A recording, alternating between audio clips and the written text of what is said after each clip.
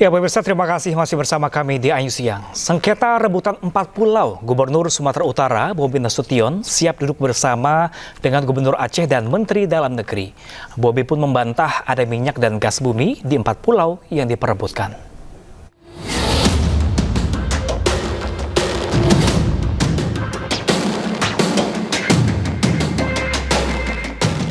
Empat pulau di Provinsi Aceh yang kini masuk ke dalam wilayah Provinsi Sumatera Utara jadi polemik.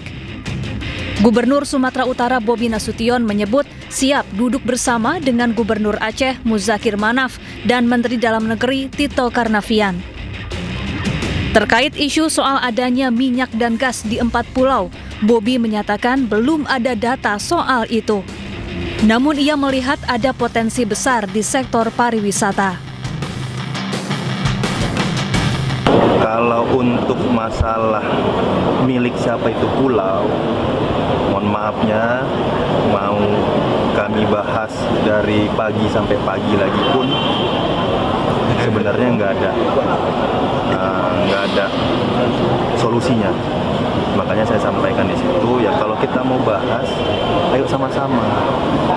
Kami terbuka kalau memang hal itu mau diulang kembali pembahasannya ke pemilihan, kami terbuka. Cuma kalau dibilang Sumut harus menyerahkan, nggak ada wewenang kami menyerahkan. Kan kita lihat pertama dari sektor pariwisata pasti bagus.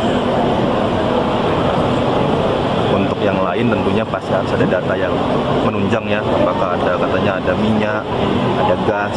Kalau data itu saya nggak pegang. Sementara itu sebelumnya Pemprov dan DPD Aceh menolak usulan Gubernur Sumatera Utara Bobi Nasution untuk mengelola bersama 4 pulau yang diperebutkan. Sikap daripada pemerintah Aceh, sikap daripada Kabupaten Aceh Singkil dan DPR RI, Forbes Aceh, DPD RI bahwa kita menolak secara tegas terhadap SK Mendagri yang menetapkan 4 pulau tersebut masuk ke dalam wilayah Sumut. 4 pulau yang menjadi rebutan antar Provinsi Aceh dengan Sumatera Utara yakni Pulau Panjang, Pulau Lipan, Pulau Mangkir Besar, dan Pulau Mangkir Kecil. Pada 25 April 2025, melalui keputusan Menteri Dalam Negeri, 4 pulau yang menjadi rebutan dinyatakan masuk ke dalam wilayah Kabupaten Tapanuli Tengah, Provinsi Sumatera Utara. Dari Medan, Sumatera Utara, Said Ilham, iNews melaporkan. Ya, pemirsa, Gubernur Aceh Muzakir Manaf menegaskan 4 pulau yang ditetapkan Kemendagri masuk wilayah Sumatera Utara masuk ke dalam kewenangan Aceh. Ia mengaku memiliki sejumlah bukti atas klaimnya tersebut. Ya, 4 pulau itu sebenarnya itu kewenangan Aceh. Jadi kami punya alasan kuat, punya bukti kuat, punya data kuat. Sejak dulu kala itu memang hak Aceh, dengan punya Aceh. Artinya bakal gugat ke PT UN ya?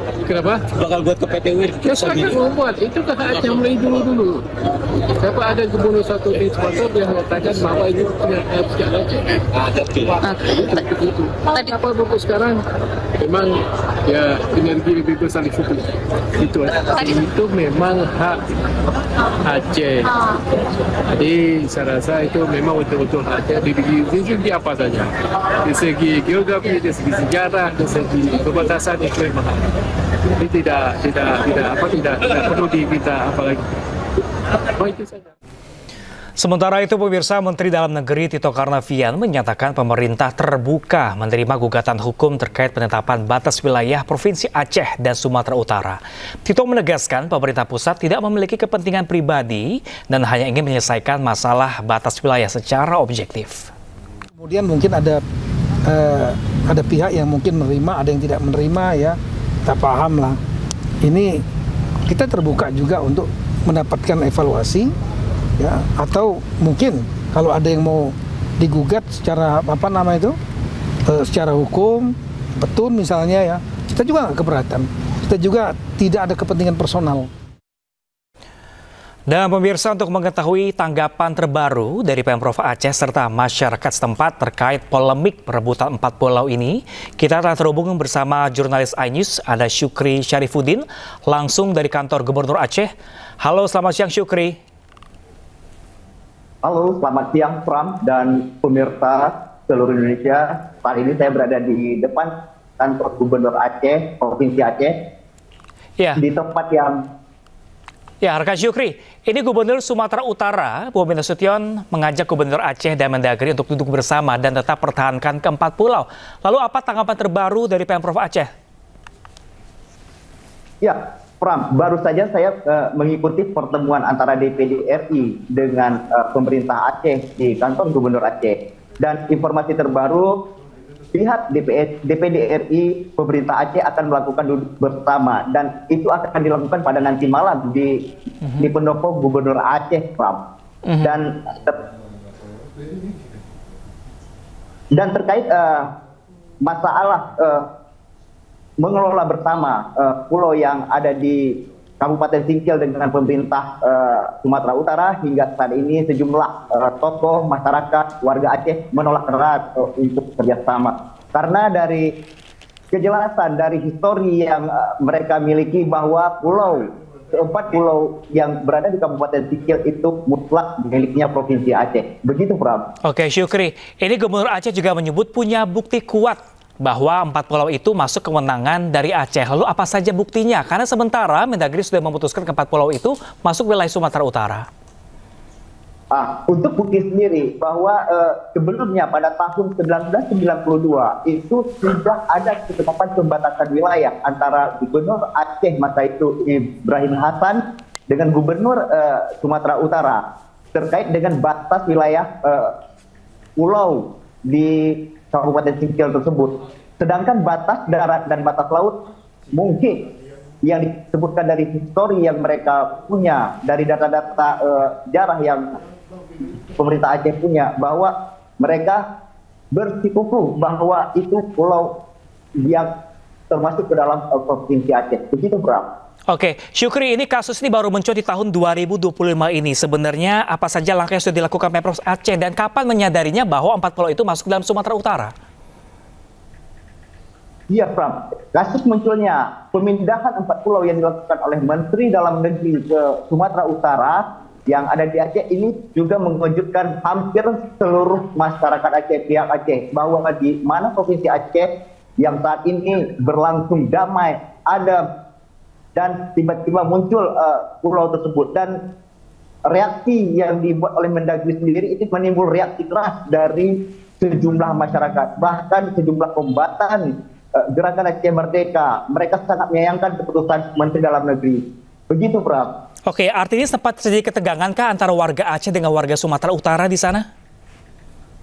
Nah, untuk saat ini bagi masyarakat Aceh dengan warga masyarakat Utara itu saat ini masih berada di kondisi baik-baik saja. Dan bersih tegang itu berada di tingkat elit. Namun kita berharap kalau isu ini tidak segera diselesaikan, maka permasalahan jangan sampai muncul ke tingkat bawah. Begitu, Bram. Karena selama ini Aceh dengan Sumatera Utara memiliki histori. Bahkan Aceh dengan Medan itu daerah yang berbatasan. Kita tidak mengharapkan konflik itu terjadi di tingkat desa. Gitu.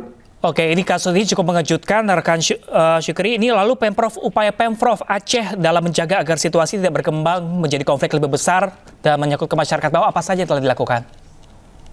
Nah, untuk pemerintah Aceh sendiri, Pram, nanti malam baru akan melakukan pertemuan dengan sejumlah pihak, dengan DPD RI, Forbes RI, dengan tokoh-tokoh masyarakat yang bisa menjelaskan informasi. Sedangkan pembahasan yang akan disampaikan itu terkait dengan langkah yang akan diambil, langkah strategis yang akan diambil oleh pemerintah Aceh terkait dengan ke-4 pulau tersebut. Begitu, Bram. Oke, baik. Terima kasih banyak atas informasinya, Syukri Syarifuddin langsung dari Banda Aceh. Terima kasih dan selamat bertugas kembali. Sementara itu, pemirsa, Greenpeace Indonesia mengungkap masih ada sejumlah tambang nikel yang aktif di Raja Ampat, Papua Barat Daya. Padahal sebelumnya pemerintah telah mencabut 4 izin usaha tambang, namun tidak untuk izin pertambangan PT GAC yang saat ini jadi perbincangan. Greenpeace Indonesia mengungkap masih terdapat sejumlah izin pertambangan nikel yang aktif di wilayah Raja Ampat. Juru kampanye Hutan Greenpeace Indonesia Ade Ari Rompas menyebut ada 16 izin tambang nikel yang pernah dan masih berlaku di Raja Ampat. Dari 16 izin tersebut, 13 diantaranya berada di kawasan Geopark Raja Ampat yang selama ini dikenal sebagai salah satu ekosistem paling berharga dan unik di dunia. bahwa pencabutan izin yang dilakukan diumumkan oleh Menteri SDM setelah bertemu dengan Bapak Prabowo ini masih menjadi pertanyaan besar.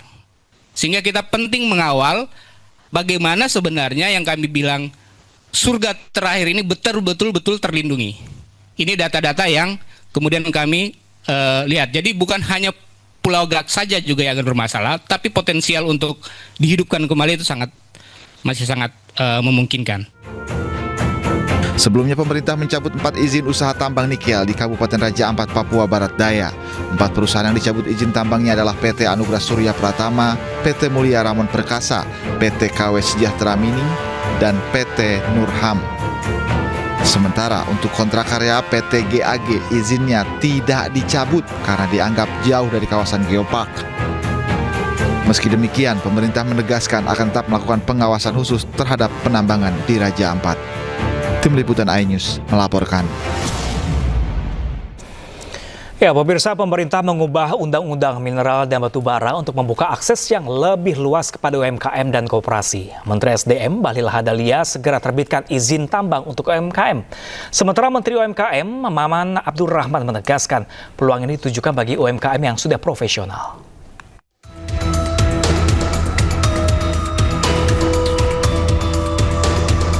Menteri Energi dan Sumber Daya Mineral Bahlil Lahadalia mendorong pelaku usaha mikro, kecil, dan menengah terlibat aktif dalam pengelolaan sektor pertambangan.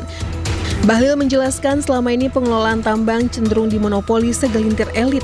Namun atas arahan Presiden Prabowo Subianto, pemerintah mengubah Undang-Undang Minerba untuk membuka akses yang lebih luas kepada UMKM dan koperasi. Kami rubah atas petunjuk Bapak Presiden Prabowo, kami rubah itu Undang-Undang Minerba. Yang dulunya tambang itu hanya dikuasai oleh segelintir orang atau hanya orang-orang hebat. Begitu undang-undang saya rubah dan sudah selesai atas arahan Pak Presiden, maka UMKM dan koperasi pun berhak untuk memiliki tambang. Ya, PP tambang sebentar lagi selesai. Kalau Menteri SDM itu ngomong konsep iya tapi juga harus eksekusi. Jangan cuma omong-omong gak ada eksekusi, berat nanti. Nah, silakan cari UMKM yang bagus, yang layak untuk kita kasih prioritas tambang untuk di daerah-daerah. Sementara Menteri Usaha Mikro, Kecil, dan Menengah Maman Abdurrahman menegaskan peluang ini ditujukan bagi usaha kecil dan menengah yang sudah profesional. Badan usaha kecil dan menengah tersebut harus berada di tempat pengajuan tambang. UMKM bakal menggait investor? Saya pikir saya harus bilang bahwa ini lagi dalam proses pembahasan. Tentunya kami nanti tunggu saja setelah rampung pembahasan PP-nya. Kalau saya sampaikan sekarang nanti malah menimbulkan tafsir yang macam-macam. Jadi insya Allah kata kuncinya adalah keberpihakan seluas-luasnya serta membuka ruang kesempatan sebesar-besarnya partisipasi dari pengusaha-pengusaha di daerah. Itu semangatnya. Jadi spirit dan semangat dari memberikan prioritas kepada prioritas tambang melalui jalur prioritas kepada usaha kecil menengah, itu tadi semangatnya adalah. Maman menambahkan kebijakan ini mencerminkan keberpihakan pemerintah untuk membuka kesempatan seluas-luasnya bagi pengusaha kecil dan menengah di seluruh pelosok Indonesia agar dapat berpartisipasi dalam bisnis pertambangan. Tim Liputan iNews melaporkan. Ya, pemirsa, Presiden Prabowo Subianto mengatakan tidak segan-segan mengakui bahwa Indonesia tidak berani, tegas, dan disiplin dalam menjaga kekayaan alam yang ada di Indonesia. Hal tersebut disampaikan Prabowo saat menutup Konferensi Internasional Infrastruktur 2025 di Jakarta. Pembangunan suatu negara adalah urusan penggunaan dan pengelolaan sumber daya dan kekayaan suatu bangsa. Tugas kita bersama, para eksekutif, adalah bagaimana kita menjaga dan mengelola sumber daya dan kekayaan tersebut. Saya takjub dengan kekayaan kita. Kekayaan kita luar biasa.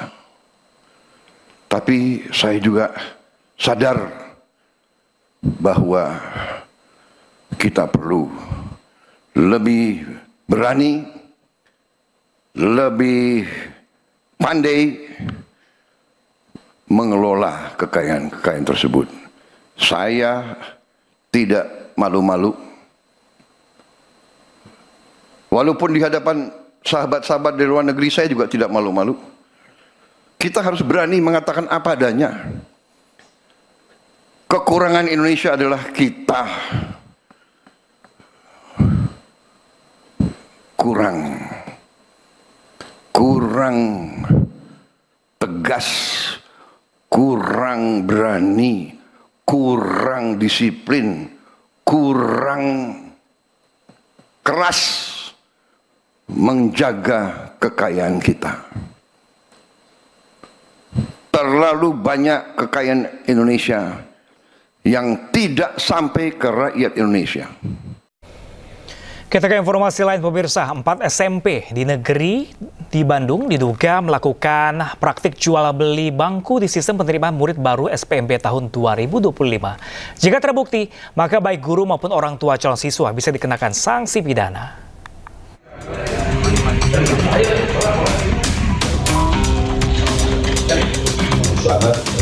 Pemerintah Kota Bandung kini lakukan investigasi terkait 4 sekolah menengah pertama yang diduga lakukan praktik jual beli bangku di sistem penerimaan murid baru SPMB 2025 dengan memanggil perwakilan sekolah.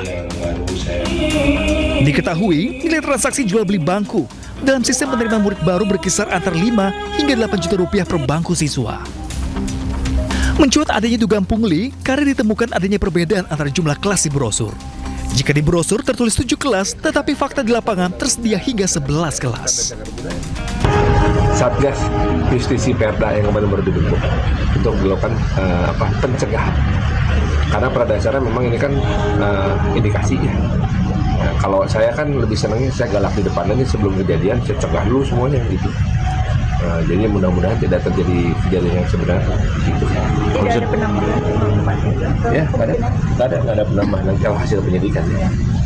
Untuk lagi sedikit Pak nih hasilnya tadi berapa nominalan dan berapa sekolah kalau sekolah yang lagi diselidiki kan ada 4 sekolah SMP negeri, kemudian nilainya antara 5 sampai 8 juta rupiah. Masyarakat pun diimbau waspada terhadap modus penipuan dari oknum yang mengaku sebagai orang dalam yang mengiming-imingi bisa membantu masuk sekolah dengan syarat memberikan sejumlah uang. Jika terbukti, para pelaku, baik pihak sekolah maupun orang tua calon siswa bisa dikenakan sanksi pidana. Dari Bandung, Jawa Barat, Billy Maulana Vinkran, iNews melaporkan.